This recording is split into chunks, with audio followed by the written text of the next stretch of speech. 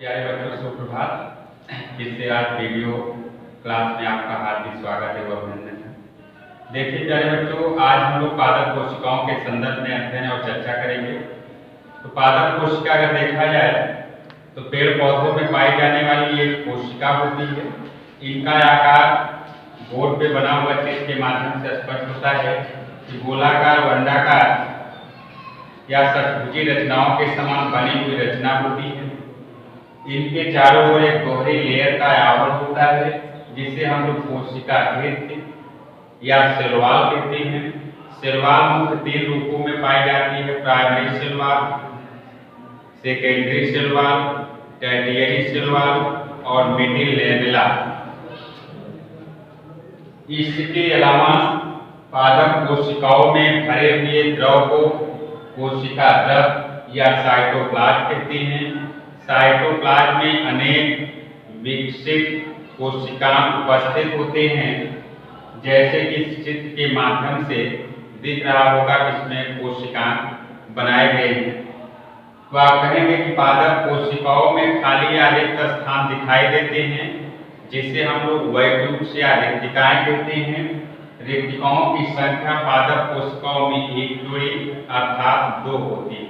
इनके मध्य भरे हुए द्रव को रिक्तिका रस या रस कहें, चाहे आप कह सकते हैं एंथोसायनिन द्रव कहते हैं। पादप कोशिकाओं में गोलाकार व अंडाकार सूत्री रचनाएं भी माइटोकांड्रिया होती हैं। माइटोकांड्रिया कोशिकाओं को ऊर्जा देती हैं, इसीलिए इन्हें पावर हाउस अंगक भी कहा जाता है या एटीपी बैटरी कहते हैं। पादप कोशिकाओं में एक गोलाकार दोहरी परत से बनी हुई रचनाओं को न्यूक्लियस या केंद्रक कहते हैं। केंद्रक की कलाएं केंद्रक कला कहलाती हैं। ये लिपिड और प्रोटीन से मिलकर के बनी होती हैं। इन्हीं कलाओं पर जगह जगह या बीच बीच में कुछ रिक्त स्थान होते हैं, जिन्हें केंद्रक छिद्र कहते हैं। इन्हीं छिद्रों के द्वारा केंद्रक द्रव कोशिका द्रव में और कोशिका द्रव केंद्रक द्रव में विलीन होते हैं, या इन दोनों पदार्थों का एक दूसरे में आदान और प्रदान सदैव होता रहता है या चलता रहता है। केंद्रक द्रव में धागे के समान बिखरी हुई रचनाएं क्रोमैटिन धागे या गुणसूत्र होते हैं, जो प्रायः डीएनए से मिलकर के बने होते हैं। इसके अतिरिक्त एक छोटी रचना केंद्रिका होती है, जो आरएनए एवं प्रोटीन संश्लेषण के द्वारा निर्मित होती है या विकसित होती है। केंद्रक की बाह्य कलाएं देख रहे हैं। केंद्रक की बाह्य कलाएं एक जटिल रचनाओं से जुड़ी होती हैं या बनी होती हैं। इन रचनाओं को एंडोप्लाज्मिक रेटिकुलम अंतःद्रव्य जालिका कहते हैं। ये 2 रूपों में बनती हैं, आरआर और एसआर।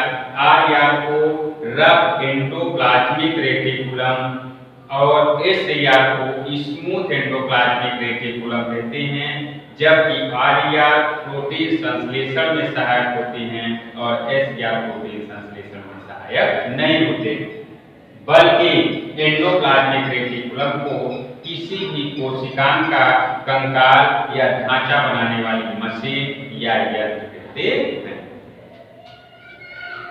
केंद्रक के अलावा एक तस्तरी या प्लेट के समान बनी हुई रचना हरित लवक होता है, जिसे हम लोग क्लोरोप्लास्ट कहते हैं। हरित लवक में फोटोसिंथेसिस की क्रियाएं होती हैं, इसीलिए पेड़ पौधे अपना भोजन स्वयं बना लेते हैं, क्योंकि पौधों में प्रकाश संश्लेषण की क्रियाएं संपन्न होती हैं। अर्थात हरित लवक के अंदर, हरित लवक के मैट्रिक्स में 2 भाग विकसित होते हैं या पाए जाते हैं, एक स्ट्रोमा के रूप में और एक ग्रेना के रूप में। जबकि स्ट्रोमा में प्रकाश संश्लेषण की अप्रकाशीय क्रिया अर्थात डार्क रिएक्शन, अर्थात ग्रेना नामक भाग में प्रकाश संश्लेषण की लाइट रिएक्शन प्रकाशीय क्रियाएं संपन्न होती हैं। इसीलिए हरित लवक को कोशिकाओं का किचन हाउस या रसोई गृह कहते हैं। इसके अतिरिक्त इसमें छोटे छोटे कोशिकांग विद्यमान होते हैं जिन्हें हम लोग राइबोसोम कहते हैं। इनका मुख्य कार्य होता है प्रोटीन का संश्लेषण करना या प्रोटीन संश्लेषण में सहायक होते हैं। अर्थात राइबोसोम मुख्य दो प्रकार के होते हैं, 80S और 70S। जबकि 80S राइबोसोम में दो उप इकाइयां होती हैं, एक होती है 60S और एक 40। 70S राइबोसोम में दो इकाई होती हैं, 50 और 30 की। अर्थात हम लोग गणितीय विश्लेषण से गणना नहीं करते। अर्थात ये दोनों इकाइयां जब मैग्नीशियम आयन की सांद्रता 0.001 होती है, ये दोनों आपस में जुड़ करके 70S और 80S राइबोसोम का निर्माण करते हैं। इसके अतिरिक्त जिनके दोनों के किनारे के तल उभरे हों और मध्य के तल दबे हों, उन्हें गाल्गी कॉम्प्लेक्स या गाल्गी बॉडीज कहते हैं। इस प्रकार हम कह सकते हैं कि एक पादप कोशिकाओं का अवलोकन करने पर निम्न प्रकार की जटिल रचनाएं दिखाई देती हैं। तो प्यारे बच्चों, बस यहीं तक। अगले वीडियो में हम लोग पुनः मिलेंगे, इसके अन्य कोशिकाओं को अलग अलग लेकर चर्चा करेंगे। तब तक के लिए प्यारे बच्चों।